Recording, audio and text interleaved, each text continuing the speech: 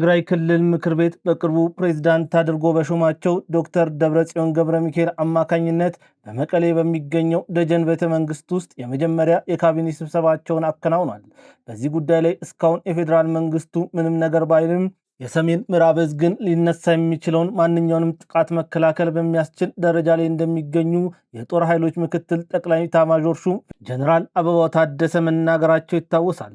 የክልሉ ጊዜያዊ አስተዳደር ፕሬዝዳንት ሌተናንት ጀነራል ታደሰ ወረደ ተመርጠናል የሚሉ አካላት በጸጥታ አካላት ታጅበው በጊዜያዊ አስተዳደር ካቢኔ አዳራሽ ውስጥ የጀመሩት ስብሰባ የስልጣን ወረራ እንደሆነ በመግለጽ በክልሉ ለሚፈጠረው የትኛውም ቀውስ ይህ ቡድን ዋነኛ ተጠያቂ ይሆናል የሚል ጥብቅ ማስጠንቀቂያ ሰጥተዋል።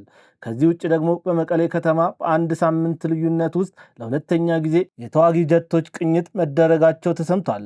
ነገሩ ውስብስብ እያለ ይገኛል። የቀድሞ የህወሓት ከፍተኛ አመራርና የፌዴሬሽን ምክር ቤት ፕሬዝዳንት የሆኑት ወይዘሮ ኬሪያ ኢብራሂም ደግሞ ህወሓት መጥፊያው ደርሷል፣ የፌዴራል መንግስቱ የሾመውን ማውረድ የሚችለው የፌዴራል መንግስቱ ብቻ ነው፣ ህወሓት ግን ይህንን ጥሷል ሲሉ ተናግረዋል።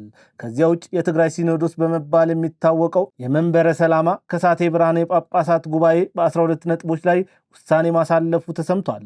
ከወሰናቸው ውሳኔዎች መካከል የአክሱም ከተማ ስያሜን ወደ ቅድስት አክሱም ጽዮን መቀየርና አጼ ዮሐንስን እንደ ሰማዕትነት መቀበል እንደሆነ ተሰምቷል። ህወሓት በበኩሉ የፌዴራል መንግስቱ ሊደራደር ከፈለገ ያለ ቅድመ ሁኔታ ለመደራደር ዝግጁ መሆኑን ቢቢሲ አማርኛ ዘግቧል። ከዚህ ውጭ ደግሞ ህወሓት በአክሱም ከተማ ተሰብስቦ የፌዴራል መንግስቱን የምናቀርብለትን የድርድር አማራጭ የማይቀበል ከሆነ ወደ ጦርነት እንገባለን ሲል የወሰነውን ውሳኔ ቀጠናዊ ለማስመሰልና የጎረቤት ሀገራት በኢትዮጵያ ላይ ጦርነት ሊከፍቱ እንደሆነ በማስመሰል በብሉምበርግና በአዲስ ስታንዳርድ በኩል የሱዳን መንግስት ጦሩን በሁለት የኢትዮጵያ ድንበሮች አቅራቢያ በኩል ማስጠጋቱንና የአየር መከላከያዎችን እያሰማራ ይገኛል ሲሉ ለሚደግፉት አሸባሪ ቡድን ዜና እየሰሩ መሆኑ ተሰምቷል።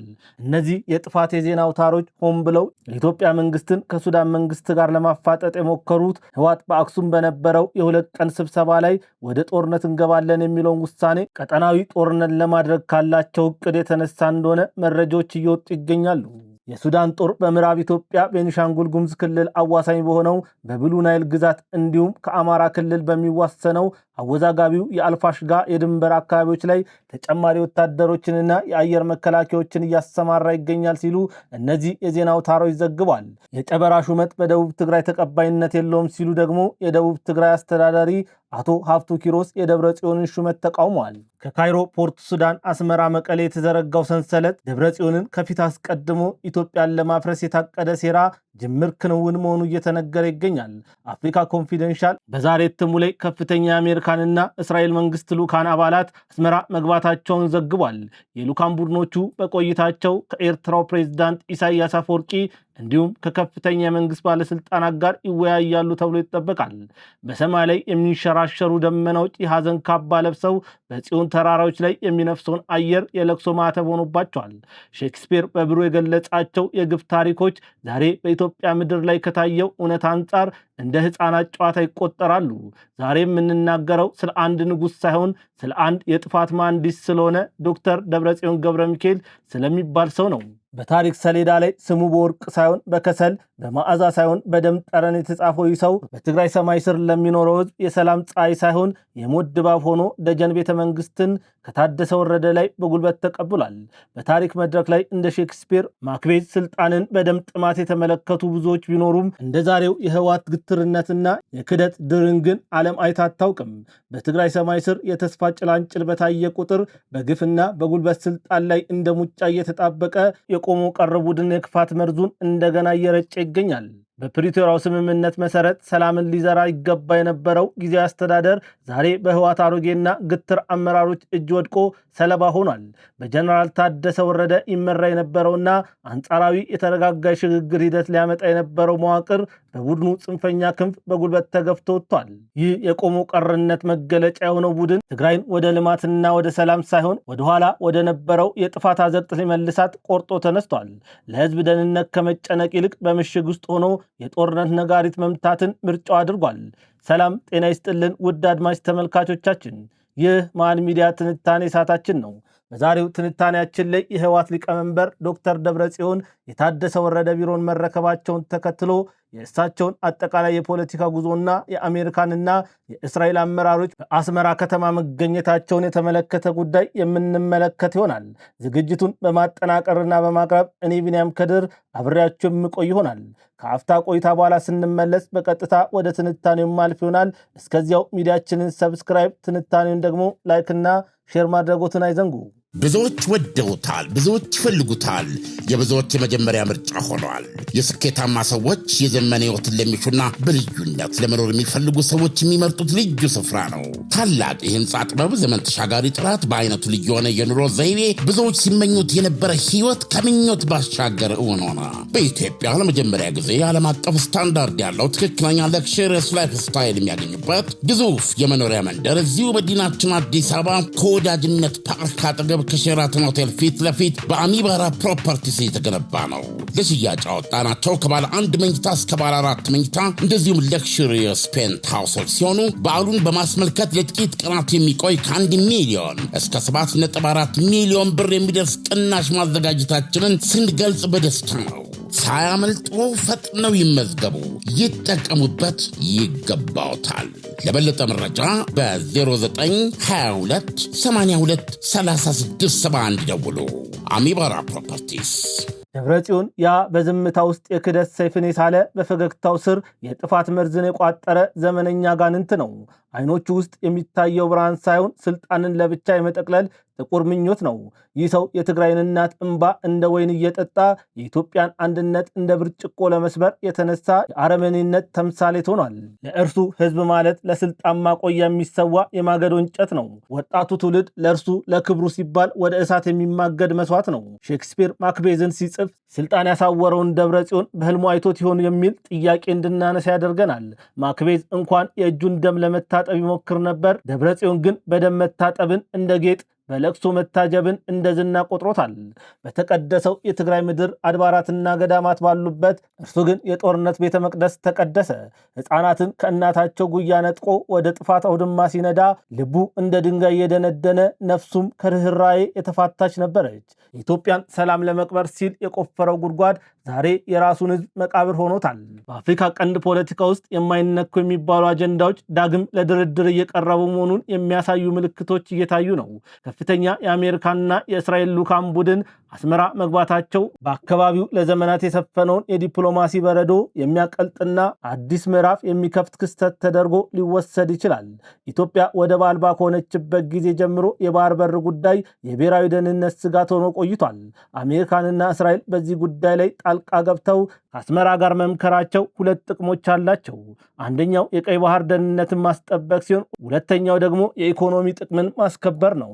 ከቀይ ባህር ደህንነት አንጻር እስራኤልና አሜሪካን በኢራን የሚደገፉ ኃይሎች እንደ ሁቲ ስጋት ውስጥ በወደቁበት በዚህ ወቅት ኤርትራን ወደ መስመሩ ማስገባትና ኢትዮጵያን በወደብ ባለቤትነት ማጠናከር የቀጠናውን ሚዛን ለመጠበቅ ይረዳል። ከኢኮኖሚና ከማዕቀብ አንጻር ስንመለከተው ደግሞ ኤርትራ ለዓመታት ተጥሎባት የቆየውን ማዕቀብ እንዲነሳና የኢኮኖሚ ድጋፍ እንዲደረግላት ይረዳል። በኢትዮጵያና በግብፅ መካከል ያለው የታላቁ የህዳሴ ግድብ ውጥረት አሜሪካ ዳግም ወደ አሸማጋይነት እንድትመጣ አድርጓታል። ከዚህ ቀደም የነበረው የአሜሪካን አቋም ለግብፅ ያደላ እንደነበረ ቢታወስም አሁን ግን ዋሽንግተን በሁለቱ ሀገራት መካከል ፍትሃዊ የሚባል መፍትሄን ለመፈለግ መገደዷ የሚያሳዩ ምልክቶች እየወጡ ይገኛሉ። የአሜሪካንና የእስራኤል ልዑካን በአስመራ መገኘት ለኢትዮጵያ የባህር በር ጥያቄ ትልቅ ብስራት ሊሆን ቢችልም ሂደቱ እጅግ ውስብስብ በሆኑ የጂኦፖለቲካዊ ጥቅሞች የተተበተበ ነው። አሰብን ለኢትዮጵያ ማመቻቸት ማለት የሰሜኑን ፖለቲካ ውጥረት የሚያረግብና ቀጠናዊ ትብብርን የሚያጠናክር ይሆናል። አረመኔነት መልክ ቢኖረው የደብረ ጽዮንን ገጽታ ይለብስ ነበር። ጭካኔ ድምፅ ቢኖረው በእርሱ የክደት ቃል ይነገር ነበር። ኢትዮጵያን ለማፍረስ የሸረበው ተንኮል የሰላማዊ ሰዎችን ሕይወት እንደ ቅጠል ሲያረግፍ፣ እርሱ ግን በመቀሌ ምሽግ ውስጥ ሆኖ የጥፋት ስሌቱን ያሰላል። ነገር ግን ጊዜ የማይሸረሽረው እውነት የማይቀብረው ሀቅ አለ። የግፈኞች አሟሟት እንደ አወዳደቁ ነው። ያ የትግራይን ሕዝብ የጦርነት እስረኛ ያደረገው ኢትዮጵያን ለማፍረስ ከታሪካዊ ጠላቶች ጋር የኖረበት ያልተቀደሰ ትዳር ነገ በሕዝብ ቁጣና በታሪክ ፍርድ የሚፈርስ ይሆናል። እነዚያ በረሃብና በጦርነት የረገፉ ነፍሳት፣ እነዚያ ልጆቻቸውን ያጡ እናቶች፣ እነዚያ የተፈናቀሉ አባቶች ድምፅ ወደ ሰማይ ይጮሃል። ይህ ጩኸት ከደብረ ጽዮን ምሽግ በላይ ኃያለው፣ ከእርሱ የክደት ጦር በላይ ስለታም ነው። የፌዴራል መንግስት በውጭ ጉዳይ ሚኒስቴር በኩል ለሱዳን ባወጣው መግለጫ ላይ ህወሓት ስሜ ተጠቅሷል ሲል ምላሽ የሰጠ ሲሆን በምላሹም እኔ ከሱዳን መንግስት ወታደራዊ ኃይል ጋር እየሰራው አይደለም፣ የፌዴራል መንግስቱ ስሜን እያጠፋ ይገኛል፣ የፕሪቶሪያውን ስምምነት የጣስኩት እኔ አይደለሁም፣ ጥሰቱ የተፈጸመው በፌዴራል መንግስቱ በኩል ነው፣ እኔ አሁንም ቢሆን ያለምንም ቅድመ ሁኔታ ለመደራደር ዝግጁ ነኝ፣ በሰላማዊ ድርድር መፍትሄ እንደሚመጣ አውቃለሁ ሲልም ልመና ጀምሯል። እጅግ የሚያስገርመውና የኢትዮጵያን ህዝብ ልብ የሚሰብረው ግን ይህ ቡድን ለስልጣን ሲል ከታሪካዊ ጠላቶች ጋር የፈጠረው ያልተቀደሰ ትስስር ነው። የአባይን ጉዳይ እንደ ፖለቲካ ቁማር የምትጠቀመው ግብፅ የህወሓትን ስልጣን ናፋቂነት እንደ ምቹ አጋጣሚ ተጠቅማበታለች። በመቀሌና በካይሮ መካከል የተዘረጋው የዲፕሎማሲ መስመር ኢትዮጵያን በውሃ ጉዳይ ለማዳከም የታለመ ስትራቴጂ እንጂ እውነት የጋራ መተሳሰብ ያለው የነገን ትግራይ የሚፈጥር አይደለም። የኢትዮጵያን ሉዓላዊነት ለመገዳደር ከሻዕቢያና ከሱዳን ወታደራዊ አመራሮች ጋር የሚደረገው ምስጢራዊ ዝግጅት ቡድኑ ለሀገር ካለው ጥላቻ የመነጨ ነው። ከትላንትና ጠላቶቹ ጋር ዛሬ በአንድ አልጋ ላይ ለመተኛት የመረጠው ህወሓት የጠላቴ ጠላት ወዳጄ ነው በሚል አረመናዊ መርህ የኢትዮጵያን ህልውና ለሽያጭ አቅርቧል። ከካይሮ ፖርት ሱዳን፣ አስመራ፣ መቀሌ የተዘረጋው ይህ የጥቅም ሰንሰለት ዓላማው ግልጽ ነው። ኢትዮጵያ በዲፕሎማሲና በወታደራዊ ጫና ከቦ ማንበርከክ ነው። ብዙዎች ወደውታል፣ ብዙዎች ይፈልጉታል። የብዙዎች የመጀመሪያ ምርጫ ሆኗል። የስኬታማ ሰዎች የዘመን ህይወትን ለሚሹና በልዩነት ለመኖር የሚፈልጉ ሰዎች የሚመርጡት ልዩ ስፍራ ነው። ታላቅ የህንፃ ጥበብ፣ ዘመን ተሻጋሪ ጥራት፣ በአይነቱ ልዩ የሆነ የኑሮ ዘይቤ፣ ብዙዎች ሲመኙት የነበረ ህይወት ከምኞት ባሻገር እውን ሆነ። በኢትዮጵያ ለመጀመሪያ ጊዜ ዓለም አቀፍ ስታንዳርድ ያለው ትክክለኛ ለክሽርስ ላይፍ ስታይል የሚያገኙበት ግዙፍ የመኖሪያ መንደር እዚሁ መዲናችን አዲስ አበባ ከወዳጅነት ፓርክ አጠገብ ከሼራተን ሆቴል ፊት ለፊት በአሚባራ ፕሮፐርቲስ የተገነባ ነው። ለሽያጭ አወጣናቸው ከባለ አንድ መኝታ እስከ ባለ 4 መኝታ እንደዚሁም ለክሽሪየስ ፔንት ሃውሶች ሲሆኑ በዓሉን በማስመልከት ለጥቂት ቀናት የሚቆይ ከ1 ሚሊዮን እስከ 7.4 ሚሊዮን ብር የሚደርስ ቅናሽ ማዘጋጀታችንን ስንገልጽ በደስታ ነው። ሳያመልጡ ፈጥነው ይመዝገቡ፣ ይጠቀሙበት፣ ይገባውታል። ለበለጠ መረጃ በ0922 82 3671 ደውሉ። አሚባራ ፕሮፐርቲስ። የህወሓት አመራሮች ለዚህ የጥፋት ተውኔት ዋነኛ ተዋናይ ሆነው ቀርበዋል።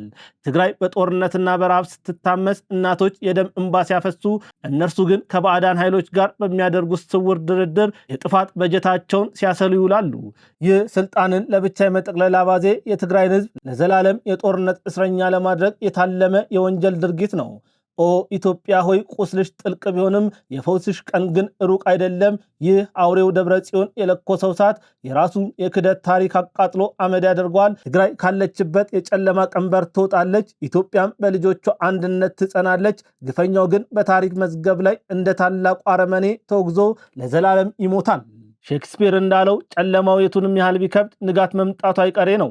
ይህ በጥላቻና በክደት የተገነባው የህወሓት ቆሞ ቀርነት በኢትዮጵያ ህዝብ ጽናትና በፈጣሪ ፍርድ ይፈራርሳል። ኢትዮጵያ በውጭ ጠላቶችና በውስጥ ባንዳዎች የተቀነባበረባትን የከበባ ሴራ ሰብራ ትወጣለች። የካይሮ ሴራ፣ የአስመራ ተንኮልና የመቀሌ ግትርነት በአንድ ተጣምሮ ቢነሱም በሀቅ ላይ የቆመችው ኢትዮጵያ ግን ለዘላለም ትጸናለች። ግፈኛው ቡድን ግን በታሪክ መዝገብ ላይ በክደትና በደም ጠረን ታውሶ ያልፋል። እውነት ትመሰክራለች፣ ኢትዮጵያም በክብር ታሸንፋለች። የዛሬን በዚያ በቃው። ከትንታኔው ጋር ቢንያም ከድር ነበርኩኝ።